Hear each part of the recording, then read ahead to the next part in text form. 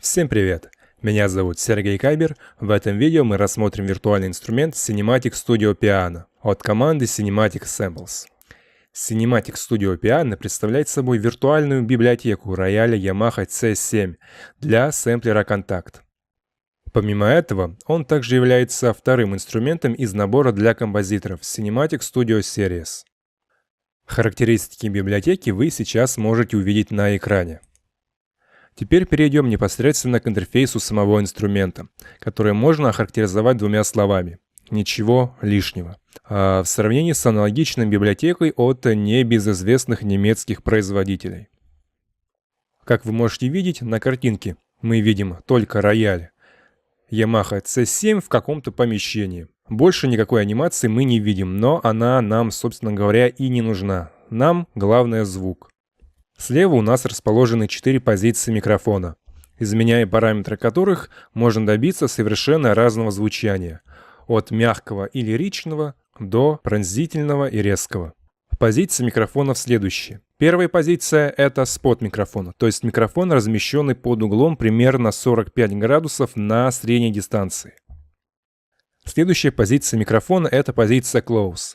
То есть это ближний микрофон, который дает нам более деревянное и пианинное звучание. Как правило, в случае с пиано микрофон располагается на высоте обечайки рояля и направляется на внутреннюю поверхность крышки. Main, или же в некоторых библиотеках его называют микс, это микрофон общего плана, который обеспечивает оптимальное соотношение музыкальной и акустической составляющей. И последнее – это room-микрофон, то есть микрофон дальнего плана, через который мы слышим звук и естественной реверберации помещения. Справа внизу расположен регулятор реверберации, с помощью которого мы можем либо утопить звук инструмента, либо оставить инструмент без реверберации. Над регулятором реверберации расположены два переключателя – это K-Noise и Pedal Noise. С помощью переключателя K-Noise мы включаем либо отключаем звук или же призвуки от нажатия самих клавиш. Переключателем Pedal Noise мы регулируем звук или же призвуки от педалей, которые расположены внизу рояля. Теперь давайте послушаем, как звучит сам рояль. Позиции микрофонов выставлены по умолчанию. Я, конечно, не виртуоз и не лауреат миллиона конкурсов пианистов, но в этом обзоре постараюсь вам показать звучание самого инструмента. Тональность мы возьмем, пожалуй, фа минор.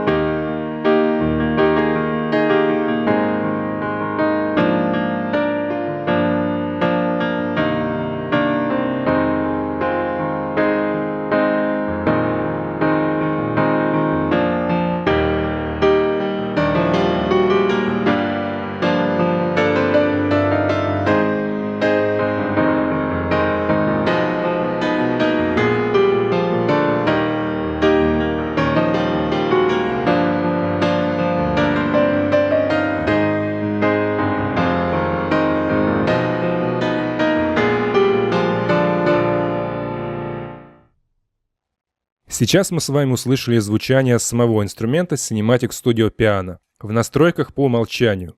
Скажу сразу, при игре я использовал кнопку Sustain, чтобы добиться такого звучания. У кого-то Sustain выполнен в виде кнопки на MIDI-клавиатуре, у кого-то она выполнена в виде педали. Эта информация просто для тех, кто при игре или же при записи активно использует педаль или же кнопку Sustain. Далее я сыграю вам простые аккордовые последовательности в фа миноре и поочередно буду отключать каждый из микрофонов, чтобы вы услышали, какое звучание дает каждый из них.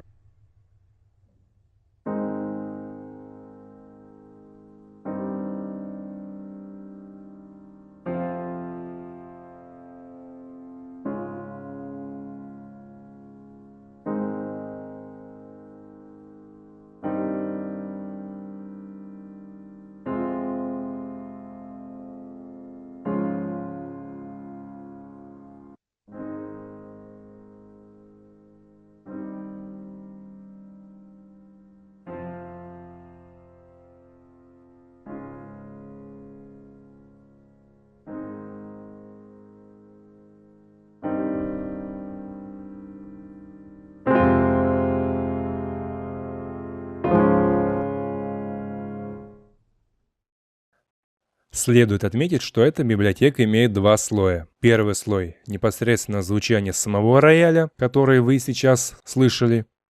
И второй слой, который представляет собой набор сэмплов из тональных и атональных звуков, которые можно получить, например, посредством воздействия напрямую на струны рояля. Тем, кто пишет музыку для хорроров, этот слой может пригодиться. Давайте загрузим этот слой и посмотрим, какие звуки нам дает производитель.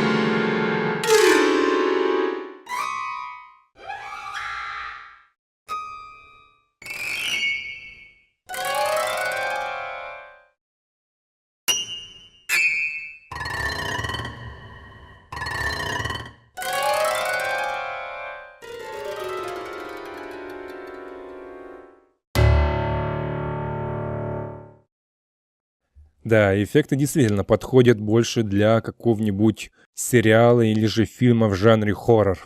Но, возможно, кто-то найдет им и другое применение. Итог. За $69 вы получаете довольно отличную библиотеку рояля. Поэтому, если у вас нет денег на реальную Yamaha модель C7 и помещение для нее, то эта библиотека будет отличной альтернативой.